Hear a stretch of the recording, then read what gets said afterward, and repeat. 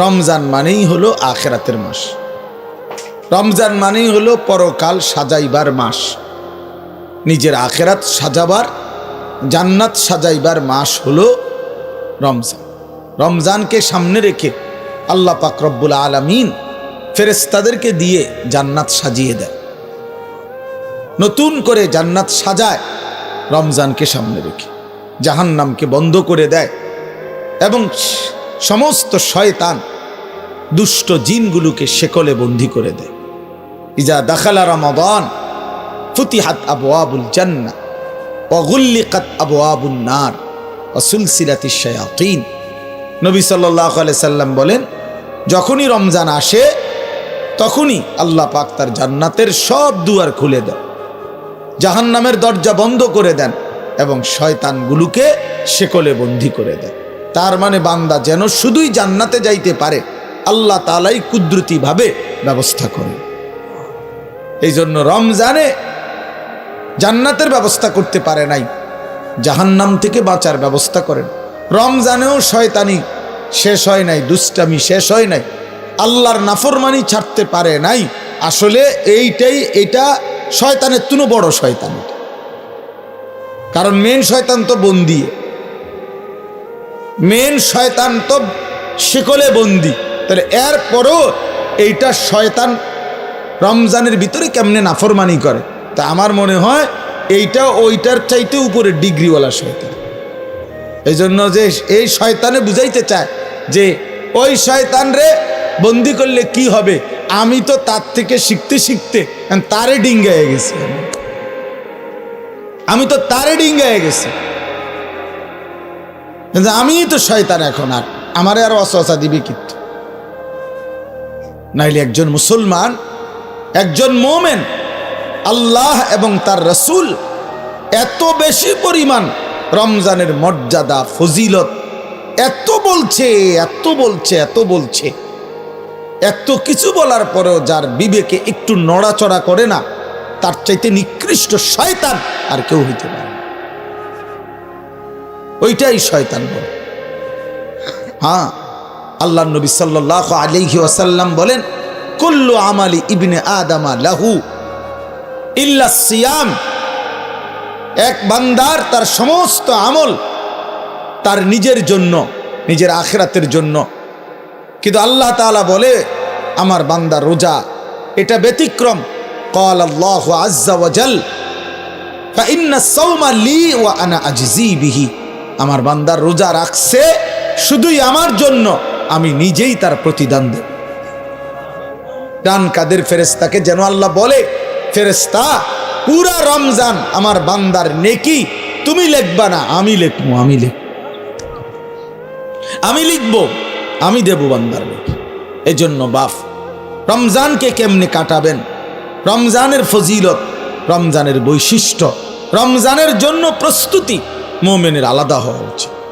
যাদের কলিজায় আখিরাত আছে, যাদের ফিকিরে আছে জান্নাতে যাওয়ার, যারা কবরের আযাব থেকে বাঁচতে চায়, যারা জাহান্নামের আগুন থেকে বাঁচতে চায় বাপ, তাদের জন্য রমজান ভিন্ন কিছু। রমজান মানে আলাদা মাস, রমজান মানে আখিরাতের মাস, রমজান ফিকিরের মাস, মেহনতের মাস, রাত্রি জাগার মাস। রমজান মাসে দিনের বেলা রোজা রাখবে, রাত্রিবেলা রাত্রি জেগে তারাবি পড়বে। আল্লাহ তাআলা এমনভাবে সাজাইছেন যে বান্দা 30টা দিন তুমি কষ্ট মুজাহাদা পরিশ্রম করে আমার রমজানটাকে কদর করো, 30 দিন পরে আমি আল্লাহ তোমাকে মুত্তাকি বানিয়ে জান্নাতি বানিয়ে দেব, জান্নাতি বানিয়ে দেব। এই জন্য আমরা মাহে রমজানের প্রস্তুতি, আমরা যেন রমজানে রাত্রি জাগতে পারি, আমরা যেন রমজানে রোজা রাখতে পারি, আমরা যেন রমজানে নিজেকে প্রস্তুত নিতে পারি। এই জন্য আল্লাহ তাআলা 15 দিন আগেই আল্লাহ তাআলা যেন আরেকটা প্র্যাকটিক্যাল আমার মধ্যে যেন হিম্মত, আমার মধ্যে যেন রোজার শক্তি, আমার ভিতরে যেন রমজানকে পালন করার মজবুত হিম্মত আসে। এই জন্য আল্লাহ তাআলা রমজানের 15 দিন আগে লাইলাতুন নিসফে মিন শাবান এই রাত্রিটিকেও আল্লাহ দান করেছেন। বলছেন বান্দা শবে বরাত নামের এই লাইলাতুন নিসফে মিন শাবান এই রাত্রিটিতে সারা রাত আল্লাহর বন্দিগিতে জেগে থাকো, পরের দিন রোজা রাখো, এই হিম্মত নিয়া রমজানের মধ্যে আগে বাড়ো। এটা একটা প্রস্তুতি নাও, এটা একটা প্রশিক্ষণ নাও। সেই রাত্রিটাও আগামীকাল আমাদের সামনে। শবে বরাত, লাইলাতুন নিসফে মিন শাবান, অত্যন্ত মহিমান্বিত মর্যাদাপূর্ণ একটি রাত শবে বরাত, যেটা আমরা শব্দটা তো জানি, কিন্তু আমরা যথাযথ বন্দিগি করতে জানি না। শবে বরাত এটা আল্লাহ তাআলা আমাদের প্রিয় নবী সাল্লাল্লাহু আলাইহি ওয়াসাল্লামের মাধ্যমে আল্লাহ তাআলা আমাদের জন্য দান করেছেন। হাদিসের মধ্যে আছে হযরত মুআজ ইবনে জাবাল রাদিয়াল্লাহু তাআলা আনহু, সহিহ ইবনে হিব্বান সহ কিতাবেও আছে, এবং মুহাদ্দিসিনে কেরামের বিশ্লেষণে, সব ঘরানার মুহাদ্দিসিন ওনাদের বিশ্লেষণে এই হাদিসটি সহিহ হাদিস। হযরত মুআজ ইবনে জাবাল থেকে বর্ণিত, তিনি বলেন আল্লাহর নবী সাল্লাল্লাহু আলাইহি ওয়াসাল্লাম বলেছেন, ইয়াত্তালিউল্লাহু তাআলা ইলা খালকিহি ফি লাইলাতিন নিসফি মিন শাবান ফায়াগফিরু লিজামিই খালকিহি ইল্লা লিমুশরিকিন আও মুশাহিন। নবী সাল্লাল্লাহু আলাইহি সাল্লাম বলেন, যখনই মধ্য শাবানের মধ্য রাত্রি আসে, অর্থাৎ এই শবে বরাত আসে, তো আল্লাহ তাআলা কুদরতিভাবে একদম বান্দার কাছে প্রথম আসমানেই আগমন করেন, এবং আল্লাহ তাআলা এই রাত্রিতে সেই সন্ধ্যা থেকে ফজর পর্যন্ত রাতভর বান্দা আল্লাহর কাছে তওবা করে, ইস্তিগফার করে, দোয়া করে, কান্নাকাটি করে, বারবার নিজের গুনাহ মাফ চায়, আল্লাহর কাছে চোখের পানি ফেলে, তো আল্লাহ তাআলা তার কোটি কোটি বান্দাকে সারা রাতভর মাফ করতে থাকে। ইল্লা লিমুশরিকিন আও মুশাহিন, কিন্তু কোনো মুশরিককে, শিরিককারীকে মাফ করে না, কোনো হিংসুক বিদ্বেষকারীকে আল্লাহ মাফ করে না। তাইলে প্রিয় ভাই বাবা, আপনাদের জন্য এটা গুরুত্বপূর্ণ, এটা বোঝা উচিত।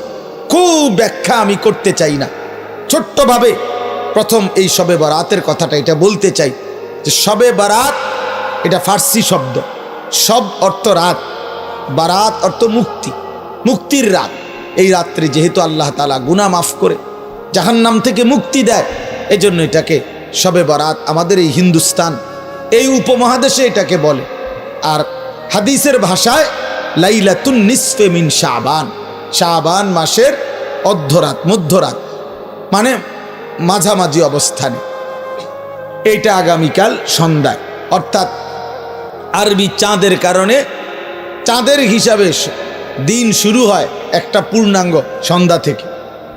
ইংরেজিতে যেমন রাত্র 12টার পরে AM শুরু হয়, মানে দিন শুরু হয় পরের দিনের, কিন্তু আপনার আরবিতে সন্ধ্যা থেকে শুরু হয়।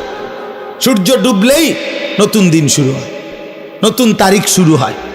তো আগামীকাল, আজকে তো সন্ধ্যা থেকে 14 তারিখ, তা আগামীকাল যখন সূর্য ডুববে তখনই 15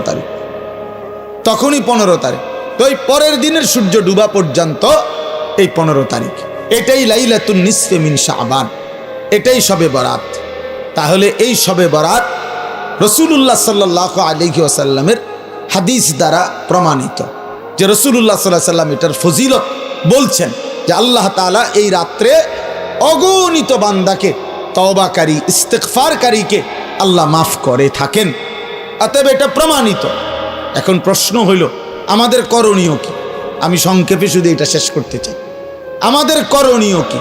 আমাদের করণীয় হলো এই রাত্রি জেগে ইবাদত করা, ইহয়াউল লাইল, রাত্রিটাকে জীবিত করা ইবাদতের মাধ্যমে।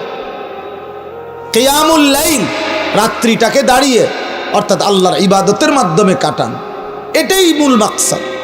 হাদিসের বক্তব্যে এটাই বক্তব্য যে রাত্রি জেগে ইবাদত করো। নবী সাল্লাল্লাহু আলাইহি ওয়াসাল্লাম বলছেন, কুমু লাইলাহা ওয়া সুমু ইয়াওমাহা, তোমরা রাত্রি জাগো আর দিনের বেলা রোজা রাখো। তাহলে আমাদের দুইটাই কাজ, একটা হলো রাত্রি জেগে ইবাদত করা, পরের দিন রোজা রাখা। অর্থাৎ আগামীকাল শুক্রবার দিবাগত রাত আপনি আল্লাহর ইবাদত করবেন, শনিবার শুক্রবারের সেহরি খেয়ে শনিবার দিন রোজা রাখবেন, খালাস, এটাই। তাহলে আল্লাহ তাআলা শবে বরাত আমাদের জন্য দিয়েছেন, রাসূলুল্লাহ সাল্লাল্লাহু আলাইহি সাল্লাম শুনিয়েছেন ইবাদত করতে। ইবাদতের রাত। আর নফল ইবাদতের ক্ষেত্রে বান্দার কাছে কোরআন সুন্নাহর এটাই বক্তব্য, এটা কোনো ফরজ ইবাদত না, এটা ওয়াজিব ইবাদত না, এটা নফল ইবাদত। শবে বরাত কি ইবাদত বলেন? সবাই বলেন কি ইবাদত? আর নফল ইবাদতের মধ্যে একাকিত্ব, এটাই কাম্য, এটাই কোরআন সুন্নাহর ভাষ্য, যে একাকী, প্রত্যেকেই মুস্তাকিল নফল ইবাদত নিজের মতো করে নিজের জন্য করবে, নিজের জন্য করবে। আমি আর আপনি সমান না।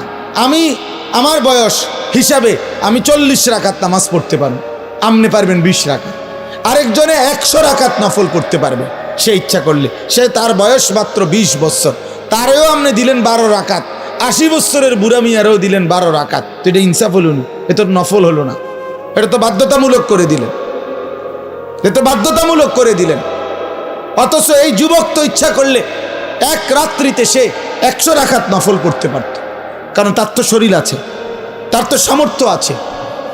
আমরা কিতাবে পড়ছি, আবু ইসহাক আস-সাবিঈ এক বড় বুজুর্গ ছিলেন। উনি বলছিলেন, যুবক যৌবনকালে এমন হাজারো রাত, শত শত রাত আমার জীবন থেকে গিয়েছে, যে এই রাত্রিগুলোতে আমি এক রাকাতে পুরা সূরা বাকারা 3.5 পারার মতো পুরাটা তেলাওয়াত করে ফেলেছি। হযরতে উসমান রাদিয়াল্লাহু তাআলা আনহুর মতো সাহাবী এক রাকাতে পুরা মুকাম্মাল কোরআনুল কারীম এক খতম দাঁড়াইয়া পড়ে ফেলছে রাত্রিবেলা। তাইলে নফল আমল সবার কি বরাবর? কথা বলেন না কেন? তাইলে আল্লাহর নবী সাল্লাল্লাহু আলাইহি সাল্লাম, ওনার স্ত্রী আম্মা জান আয়েশা, নবীজির বিবি, উনি বর্ণনা করছেন, আল্লাহর নবী সাল্লাল্লাহু আলাইহি সাল্লাম কানা রাসূলুল্লাহ সাল্লাল্লাহু আলাইহি ওয়াসাল্লাম ইউসাল্লি বিল লাইল, রাত্রিবেলা নবীজি নামাজ পড়তেছিলেন। ফাআতালা সুজুদ, সেজদাটা লম্বা করলেন, লম্বা একটা সেজদা দিলেন। হাত্তা জানান্তু আন্নাহু কাদ কুবিজা, হযরত আয়েশা নিজে বলতেছেন, আমি ভাবলাম এত লম্বা সেজদা, না জানি নবীজি ইন্তেকাল করলেন কিনা। আর তো মাথায় উড়ায় না, কখন সেজদা দিলেন, আহারে মাথায় তো তুলতেছে না। হযরত আয়েশা রাদিয়াল্লাহু তাআলা আনহা বলেন, আমি তখন নবীজি সাল্লাল্লাহু আলাইহি সাল্লামের পায়ের তালুতে পিছনে আঙ্গুল দিয়া স্পর্শ করলাম, মানে সাইলাম আরি বাইচা আছে কিনা। আল্লাহর নবী সাল্লাল্লাহু আলাইহি সাল্লাম একটু পরে যখন নামাজের সালাম ফিরাইলেন, তো নবীজি জিজ্ঞেস করলেন, আয়েশা তুমি কি ভেবেছো আমি তোমার উপরে কোনো জুলুম করেছি? অর্থাৎ তোমার সাথে না থেকে রাত্রিটা আল্লাহর ইবাদতে কাটায় দিছি, এতে কষ্ট পাইলা তুমি? হযরত আয়েশা বলেন, ইয়া রাসূলুল্লাহ, না, আমি কষ্টের কারণে বলি নাই, আমি মূলত ভেবেছিলাম এত লম্বা সেজদা দিছেন, না জানি আপনার ইন্তেকাল হয়েছে কিনা, এই জন্য আমার ভয় লাগছে দেখে আমি আঙ্গুলটা স্পর্শ করছি, আমার চাহিদার জন্য না, আমি আপনার পেরেশানিতে করছি। তো আল্লাহর নবী সাল্লাল্লাহু আলাইহি ওয়াসাল্লাম বললেন, আয়েশা তুমি কি জানো আজকের রাত কোন রাত? তখন হযরত আয়েশা বললেন, জানি না ইয়া রাসূলুল্লাহ, আপনি জানেন, আপনি বলেন।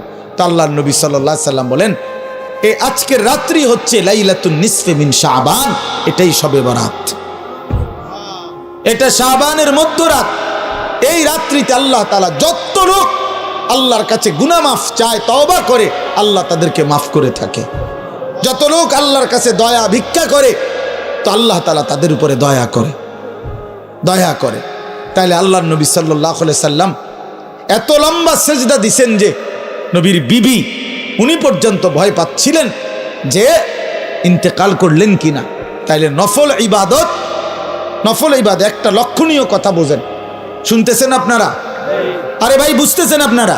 আপনার ইনসাফে কি বলে যে আমার বিবি, আমি নামাজ পড়তেছি, আজকের রাত্রি এত গুরুত্বপূর্ণ, কিন্তু উনি উনার বিবিকেও, অর্থাৎ এতটা আলাদা যে একত্রে না, তুমিও বসো, আমরা দুজন মিল্লা গড়ি ধরো, তুমিও 15 মিনিট সেজদা দিবা, আমিও 15 মিনিট সেজদা দিমু, তুমিও আধা ঘন্টা লাগাইয়া নামাজ পড়বা, আমিও আধা ঘন্টা লাগাই পড়ব, এরকম কথা বলছেন এখানে। তাইলে বোঝা গেল নফল ইবাদত প্রত্যেকের শরীর স্বাস্থ্য সামর্থ্য অনুপাতে প্রত্যেকের জন্য আলাদা আলাদা। প্রত্যেকের জন্য কি বলেন না, আলাদা আলাদা আলাদা আলাদা আলাদা আলাদা। তাইলে শবে বরাত হাদিস দ্বারা প্রমাণিত। কি দ্বারা প্রমাণিত? উলামায়ে কেরাম, আসলাফ, পূর্বপুরুষদের, মনীষীদের, বুজুর্গদের কথার আলোকেও শবে বরাত প্রমাণিত। এই রাত্রি ইবাদতের রাত, এটা প্রমাণিত কথা। এই রাত্রির কথা আল্লাহর নবী সাল্লাল্লাহু আলাইহি সাল্লামের হাদিসের মধ্যে আছে এবং 8 জন সাহাবী এই মুআজ ইবনে জাবালের এই হাদিসটা, আরে ভাইয়া কথা বলো না, বাপ কথা বলো না, রাস্তায় কথা বলতেছো কারা? আহারে বাবা, একটু পরে আসো, এক ঘোষণা দিবে, সোজা হইয়া বসতে বলবে সবাই, ভাইয়া একটু পরে বলবে, কিছুক্ষণ আর একটু ধৈর্য ধরো ভাইয়া, আর কষ্ট হইতেছে ছেলেদের। এই এক্ষুনি বলবে ইনশাল্লাহ, কিছুক্ষণ পরেই বলবে, সিরিয়াল ধরে বসেন, মূল পর্ব শুরু হবে। আহা, আফসুস আফসুস আফসুস জিন্দিগি, আফসুস ওই জিন্দিগি, যে জিন্দিগি কোনো ফিকির নাই। মুসলমানের সন্তান আমরা, প্রিয় ছেলেরা, বাবা, কোনো খাবারই শেষ সমাধান না। সেটা বিরিয়ানি হোক আর আরো ভালো কিছু হোক, সব কিছুরই গন্তব্য বাথরুম।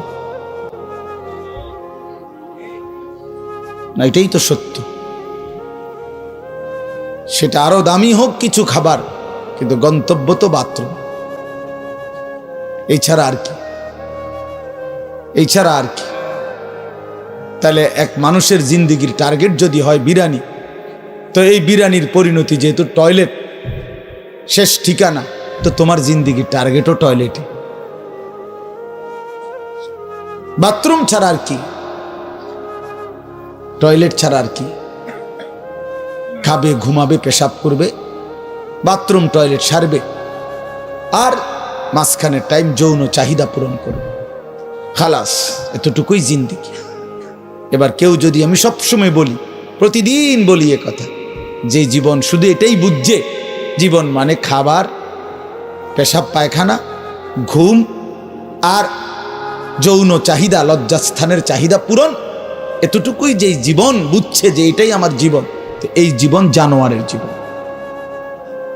এই জীবন কি? জানোয়ারের জীবন। এই জীবন কুকুরের জীবন, কুত্তার জীবন। কারণ ওই কুকুরও খায়, ঘুমায়, পেশাব পায়খানা করে, কুকুরেরও যৌন চাহিদা পূরণ হয়। এই জন্য কুকুরেরও বাচ্চা কাচ্চা হয়। তো তার যদি যৌন চাহিদা পূরণ না হতো, তাহলে বাচ্চা হয় কেমন? এই জন্য কোরআনুল কারীমে আল্লাহ তাআলা বলছে, ওয়াত্তাবাআ হাওয়াহু ফামাসালুহু কামাসালিল কালব। এক নাফরমান পাপীর কথা আল্লাহ বলতে গিয়ে কোরআন শরীফের এই আয়াতে আল্লাহ বলছে, সে তার মনের চাহিদার অনুসরণ করেছে।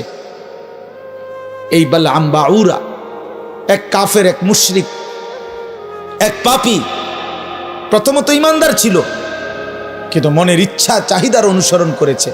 আল্লাহ বলছে, সে তার মনের ইচ্ছারও যখন অনুসরণ করলো, এবার তার উদাহরণ হয়ে গেল কামাসালিল কালব, কুত্তার মতো। কোরআন শরীফের আয়াত। লোকটা ইমানদার ছিল কিনা? ইমানদার ছিল, শতবার খাঁটি ইমানদার ছিল। যেদিন সম্পদের লোভে নিজের মনের চাহিদা মতো অনুসরণ করেছে, আল্লাহ তখন বলছে তার উদাহরণ কুত্তার মতো হয়ে গেছে, কামাসালিল কালব। এজন্য প্রিয় বন্ধু, মনে রাখো, প্রতিদিন আমি এটা বলি, ছেলেরা, বাবা, তোমার পরিচয় তুমি মিলাইয়া নিও, আমার দরকার নেই, আমার এত সময়ও নাই। তোমার পরিচয় তুমি মিলাও, আমার পরিচয় আমি মিলাই। প্রত্যেকেই হিসাব লাগাও, হ্যাঁ, নিজেরে নিজে হিসাব করো। তুমি চালাক না বেওকুফ, তোমার বিবেককে তুমি প্রশ্ন করো। আল্লাহ তাআলা কোরআনুল কারীমে বলছেন, যে মানুষটা মনের ইচ্ছা মতো চলে, তার জীবন কুত্তার জীবন।